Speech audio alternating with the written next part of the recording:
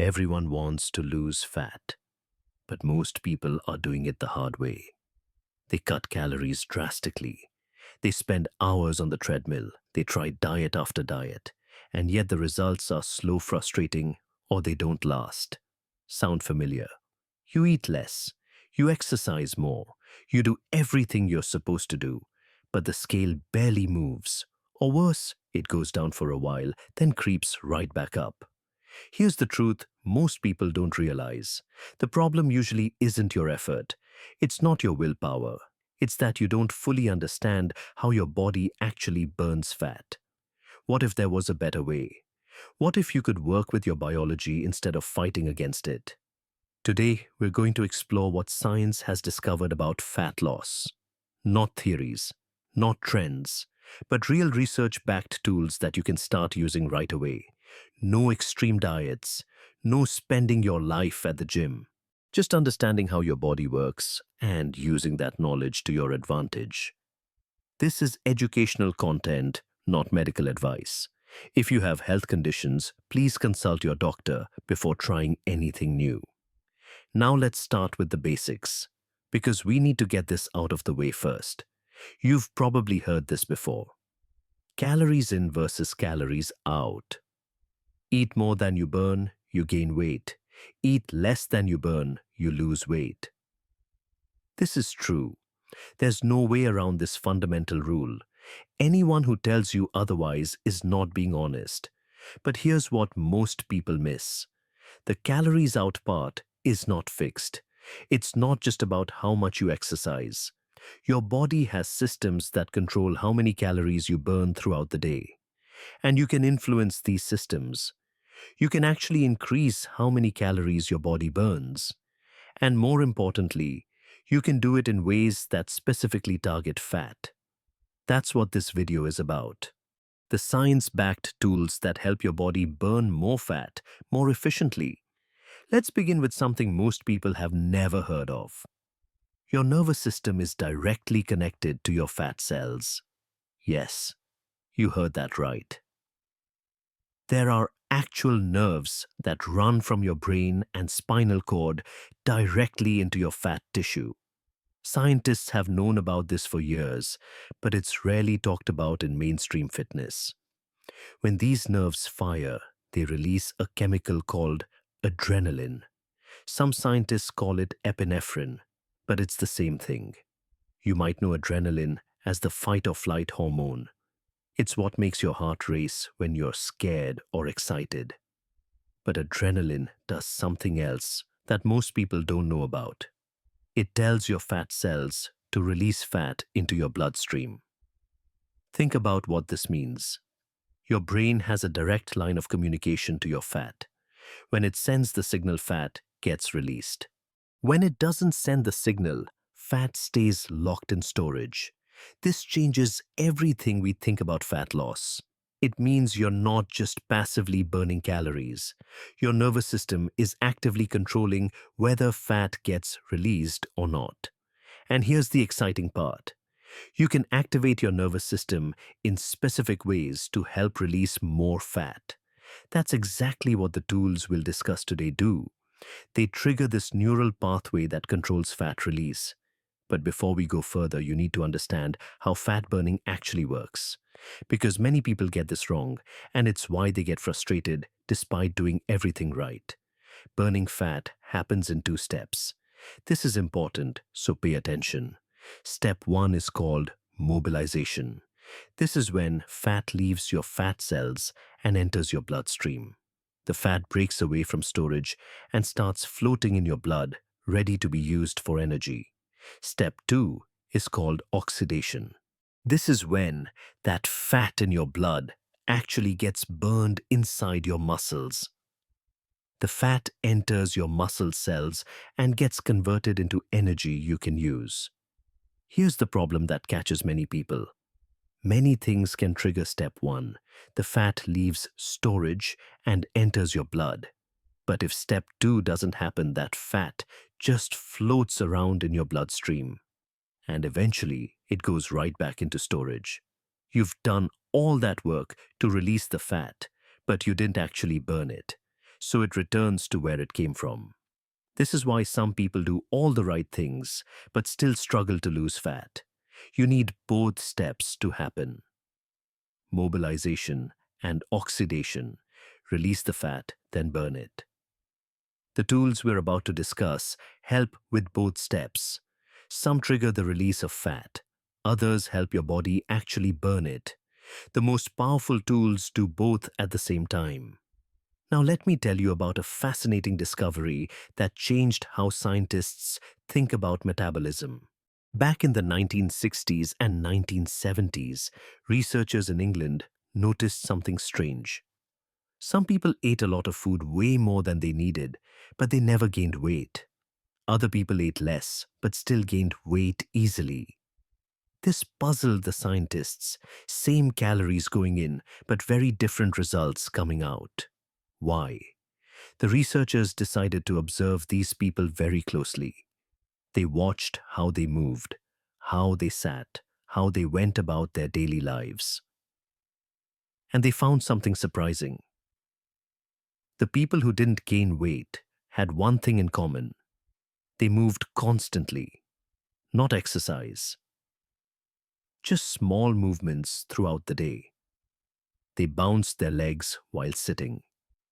They tapped their fingers. They stood up and walked around frequently.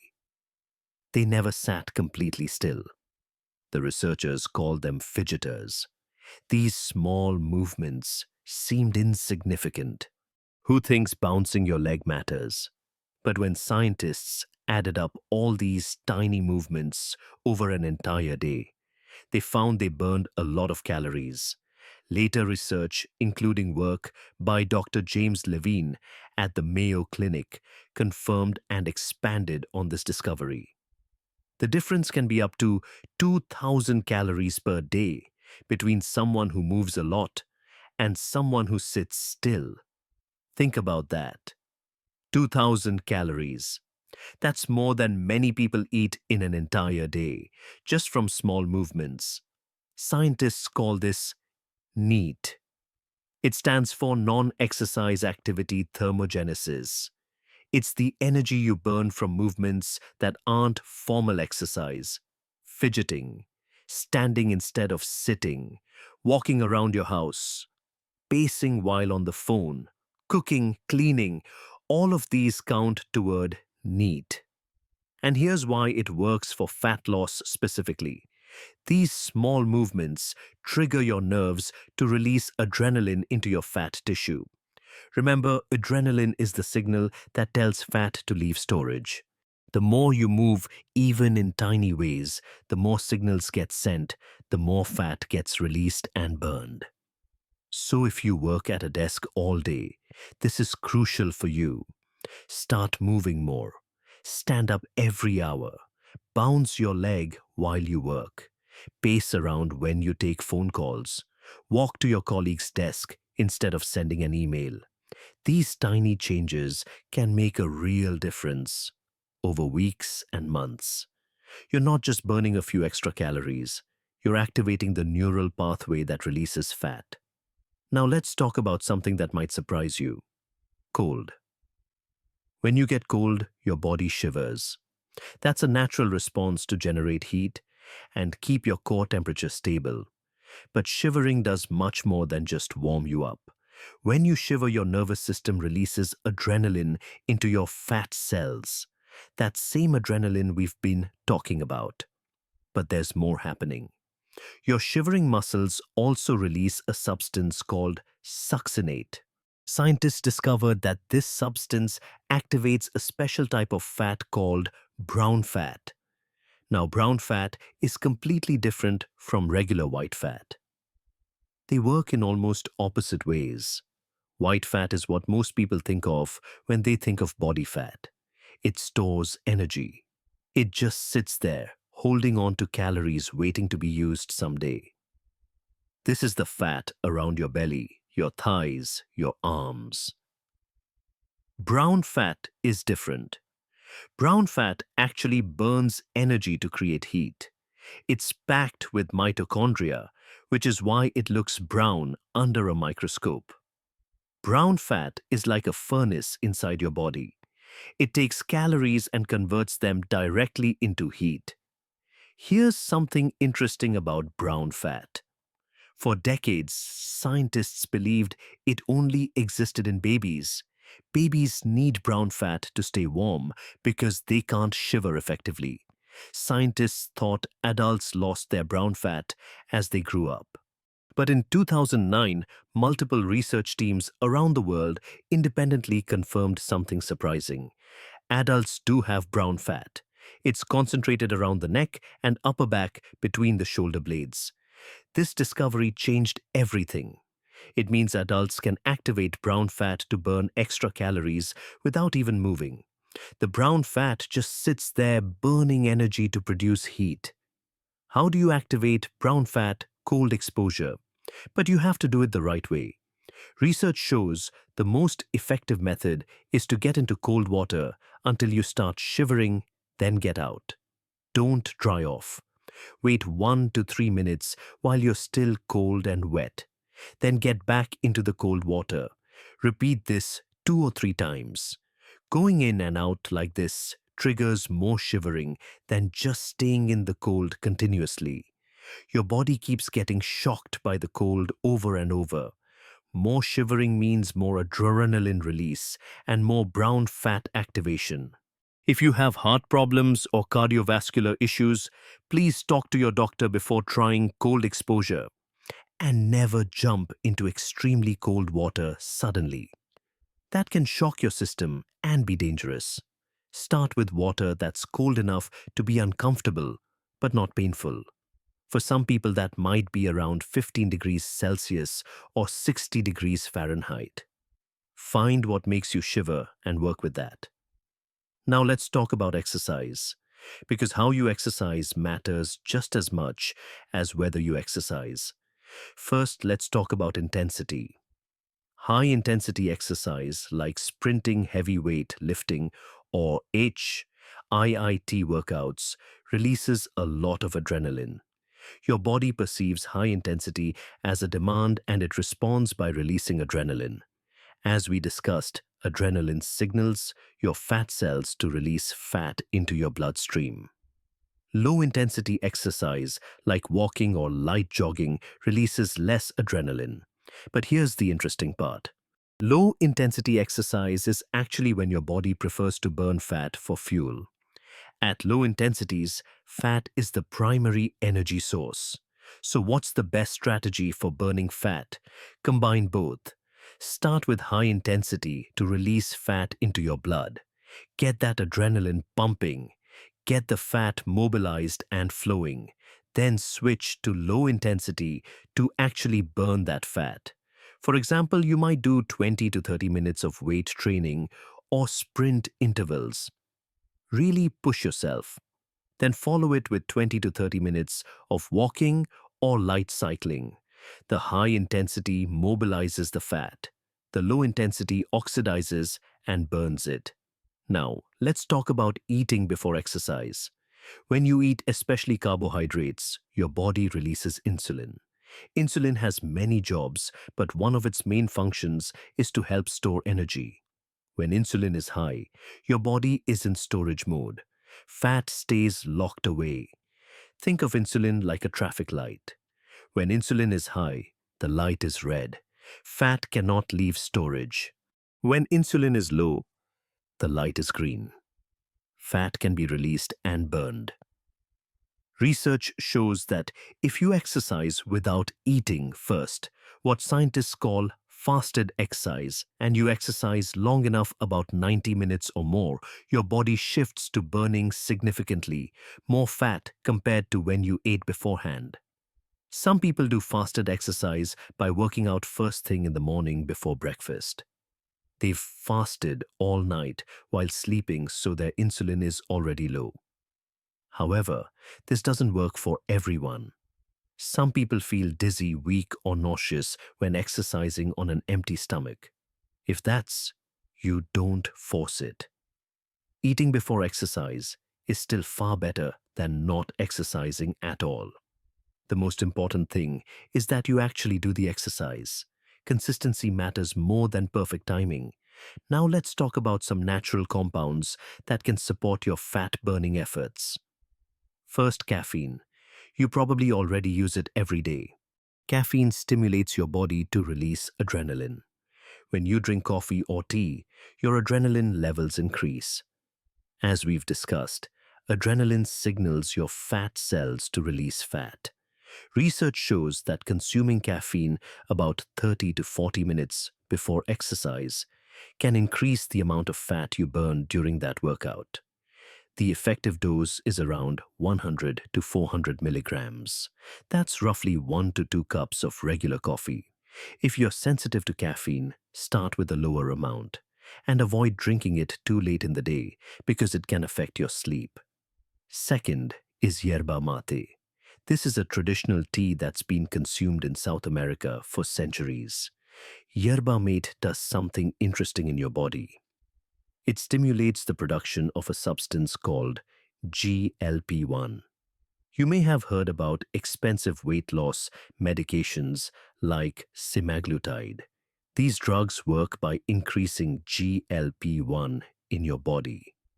GLP-1 reduces appetite and increases fat burning. It's one of the hottest areas in weight loss research right now. Yerba mate stimulates the same GLP-1 pathway naturally. The effect is milder than prescription medications, but it's a natural, accessible, affordable option. Drinking yerba mate before exercise or throughout the day can support your fat-burning efforts. One more important factor: insulin throughout the day. When your insulin is chronically high, your body struggles to access stored fat for energy. This is why many people see results from reducing carbohydrate intake.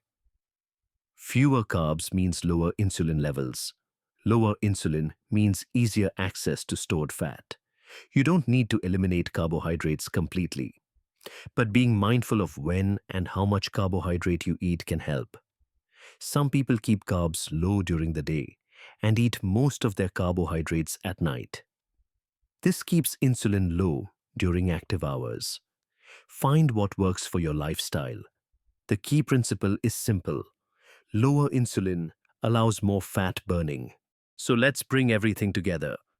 Losing fat is not just about eating less and exercising more. It's about understanding how your body actually works. It's about working with your biology instead of against it. Your nervous system connects directly to your fat cells. This is something most people never learn about. Adrenaline is the signal that tells fat to leave storage, and you can influence when and how much adrenaline gets released. Small movements throughout the day trigger fat release. The fidgeters who never gain weight aren't lucky. They're constantly sending signals to their fat cells. You can do the same thing. Cold exposure activates brown fat and increases adrenaline release. Scientists once thought brown fat disappeared after childhood. Now we know adults have it too, and you can activate it to burn more calories. How you exercise matters. High intensity, first to mobilize fat, then low intensity to burn it. This combination attacks fat loss from both angles. Caffeine and yerba mate can support the process. Caffeine increases adrenaline. Yerba mate stimulates GLP-1, the same pathway targeted by expensive weight loss medications. These are natural tools that have been used for generations. Keep insulin in mind throughout your day. When insulin is high, fat stays locked away. When insulin is low, your body can access its fat stores more easily. These tools aren't magic pills. They won't transform your body overnight. Real change takes time and consistency. But when you understand how your body works, you can make smarter choices. You don't need to do everything at once. Pick one tool that resonates with you and start there. Start with one thing, make it a habit, then add another. But remember, every body is different. Listen to your body. Pay attention to how you feel. If something feels wrong, stop. You don't need to fight your body to lose fat. You need to understand it. Now I want to hear from you. What surprised you most in this video? Was it learning that your nerves connect directly to your fat cells, that fidgeting can burn up to 2,000 extra calories a day, or that yerba mate works on the same pathway as expensive weight loss drugs? Drop your answer in the comments. And which tool are you going to try first? Moving more throughout the day. Cold exposure caffeine before your workout. Let me know. If someone you know is struggling with fat loss, share this video with them. Sometimes, understanding the science is the missing piece. If you found this helpful, subscribe to the channel. We break down the science of health into information you can actually use. Thanks for watching. Take care of yourself, and I'll see you in the next one. See you.